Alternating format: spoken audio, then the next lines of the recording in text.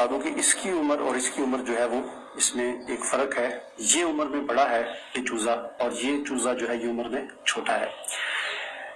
اس کو میرے پاس تقریباً 1.5 سے 2 مہینے ہو چکے ہیں. جب میں نے اسے خریدا تھا بالکل چھوٹا سا، اب یہ نہیں پتا کہ جب میں نے خریدا تھا اس وقت یہ 3 دن کا تھا، 4 دن کا تھا یا 1 دن کا تھا، کوئی مجھے پتا نہیں ہے. لیکن میرے پاس اس کو 1.5 مہینے سے زیادہ، تقریباً 2 مہینے سے کم اور 1.5 مہینہ یا 1.5 مہینے سے کچھ زیادہ ہو چکے ہیں. اور یہ جو ہے یہ چونکہ میں اس بارے میں اچھی طرح جانتا ہوں، میرے کئی جاننے والے بھی ہمارے علاقے میں بھی اس کے فارم بہت زیادہ ہوتے ہیں مرغیوں کے. تو فارموں کے اندر ان مرغیوں کے چوزوں کو، چھوٹے چھوٹے جو 1 دن کے چوزے ہوتے ہیں، ان کو لا کر رکھا جاتا ہے، اور 35 دن کے بعد یہ اتنا بڑا یہ تیار ہو جاتا ہے چوزا، 35 یا 40 دن کے بعد. تو عمر کے لحاظ سے یہ تھوڑا سا بڑا ہے. اس کی عمر 1.5 مہینے سے کچھ زیادہ ہے، اور اس کی عمر جو ہے وہ زیادہ سے زیادہ 1.5 مہینے ہوگی، اور 1.5 مہینے سے زیادہ اس کی عمر نہیں ہے. لیکن آپ دیکھ سکتے ہیں کہ دونوں میں فرق کتنا ہے. یہ کتنا 2.5 کلو اس کا وزن ہو چکا ہے، اتنا موٹی یہ مرغی بن چکی ہے. لیکن مرغی حقیقت میں نہیں ہے، چوزا ہی. چکن اس لیے کہا جاتا ہے، چکن اصل میں چھوٹے بچے کو کہتے ہیں. اور یہ اس کو میں نے گھر میں پالا ہے، اور گھر میں پالنے کے بعد 1.5 مہینے کے بعد بھی اس کا ابھی اتنا چھوٹا سائز ہے. تو اس سے آپ اندازہ لگا سکتے ہیں کہ ان کو جو فیڈ دی جاتی ہے، جو خوراک دی جاتی ہے، وہ کتنی یعنی خطرناک قسم کی خوراک ہے، کہ جو 6 ہفتوں کے دوران ہی، یعنی 35 دن 40 دن کے بعد ہی ان کو، چوزے کو اتنا بڑا کر دیتی ہے کہ اب اس کی آپ حالت دیکھ سکتے ہیں کہ اس کا منہ بند نہیں ہو رہا، اپنی ٹانگوں پہ وہ کھڑی نہیں ہو سکتی. اور یہ جو ہے اس کو میں 1 منٹ کے لیے چھوڑتا ہوں تو یہاں سے ٹیبل سے سیدھی چھلانگ لگا کر جو ہے یہ چوزا جو ہے بھاگ جاتا ہے.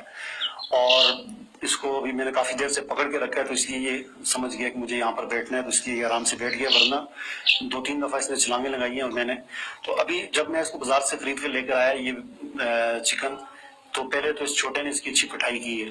یعنی عمر میں تو بڑا ہے یہ، لیکن ویسے دیکھنے میں چھوٹا ہے. اس کی اچھی پٹھائی کی ہے، اس کو جو ہے چونچے ماری خوب اچھی طرح، اور اس کے بعد اب تھوڑا سا اس کے ساتھ عادی ہو گیا.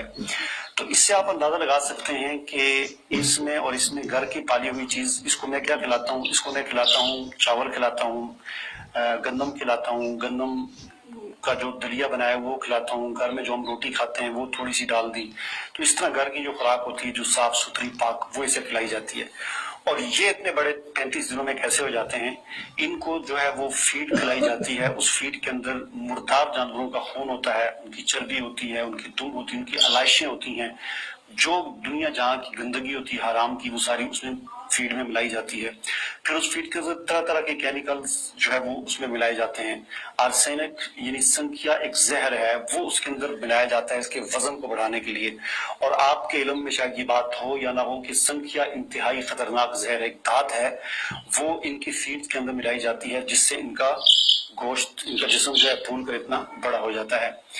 تو وہ سنکھیا کیا کرتا ہے؟ وہ انسان جب آدمی مسلسل سنکھیا استعمال کرتا ہے تو اس سے انسان کا جو گوشت ہوتا ہے وہ ہڈیوں سے الگ ہو جاتا ہے، اور اس سے پھر جوڑوں کے درد کی بیماریاں وغیرہ اس قسم کی بیماریاں پیدا ہوتی ہیں.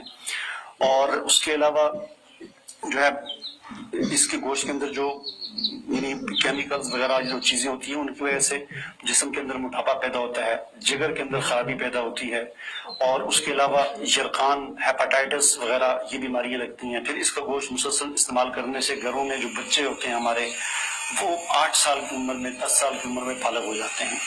یہ اتنا خطرناک ہے. پھر کینسر کی، پھر یہ سنکھیا جو ہے آرسینک جسے کہتے ہیں، دھات جو ہے، اس سے جو ہے وہ کینسر کی بیماریاں، جوڑوں کے درد، یہ بیماریاں لگنے کا خطرہ ہوتا ہے. اور اسی طرح انسان کا جو مدافعاتی نظام ہوتا ہے، اللہ تعالیٰ نے قدرت نے ہمارے جسم میں ایک مدافعاتی نظام رکھا ہے کہ بیماری جب حملہ آور ہوتی ہے تو سب سے پہلے جسم کا مدافعاتی عمل جو ہے وہ حرکت میں آتا ہے. جیسے مثال کے طور پر سردیاں جب ہوتی ہیں تو ہم اپنے جسم پر ٹھنڈا پانی ڈالتے ہیں تو ایک دم جو ہے بال کھڑے ہو جاتے ہیں، یعنی جسم کے اندر حرارت پیدا ہونا شروع ہو جاتی ہے اس کے دفاع کے لیے. اس طرح ہر بیماری کے دفاع کے لیے ہمارے جسم میں اللہ تعالیٰ نے مدافعاتی نظام رکھا ہے. تو وہ مدافعاتی نظام اس کے گوشت کھانے سے ختم ہو جاتا ہے، اور بیماریاں جب ہم پر حملہ آور ہوتی ہیں تو ہمارا جسم جو ہے